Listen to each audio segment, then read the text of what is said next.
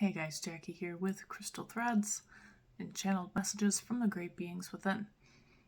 We have in a previous video spoken of jealousy as a tool that may guide you in a beneficial direction for your soul's expansion. And a tool it shall remain, perhaps for as long as we are using emotions as a form of expression. But jealousy has the capacity, coupled with an out-of-control ego, to get out of hand quite rapidly, causing chaos and destruction in your life and beyond. It ruins relationships. It ruins good experiences. Or perhaps more accurately stated, it does nothing.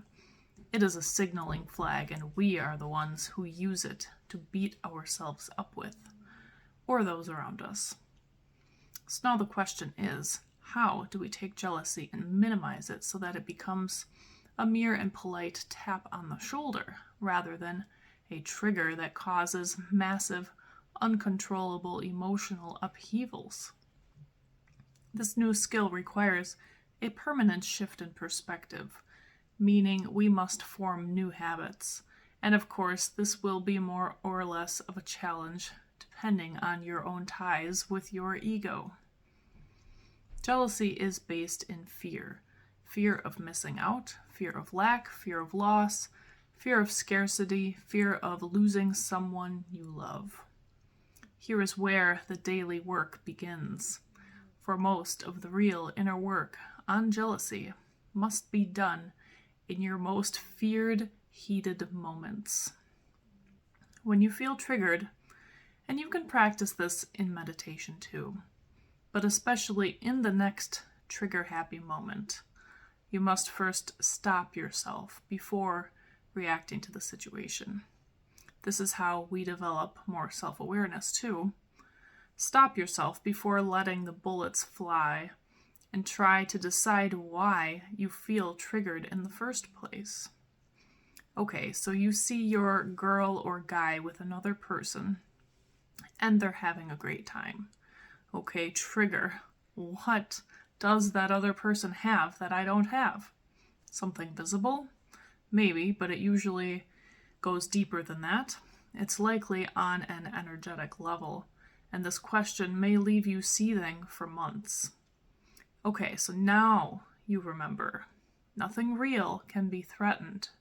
If it is real, it will remain. This might be a great challenge in those heated moments, to relax into these statements, but this is why it is a practice.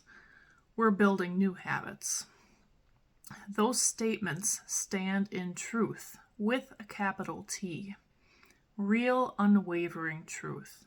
And this, if your bond with your loved one is real, nothing and nobody can threaten you or it.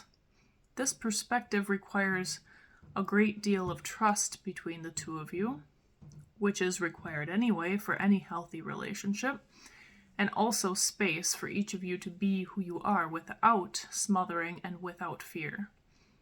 You must let each other be without clinging and without jealousy, or the relationship will degrade into a dark, dreary, undesirable hole of pain and destructive and perhaps abusive misery.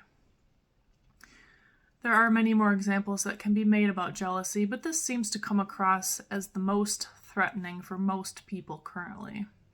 If this trigger can be cleaned up around the planet, just imagine where we would be as a civilization.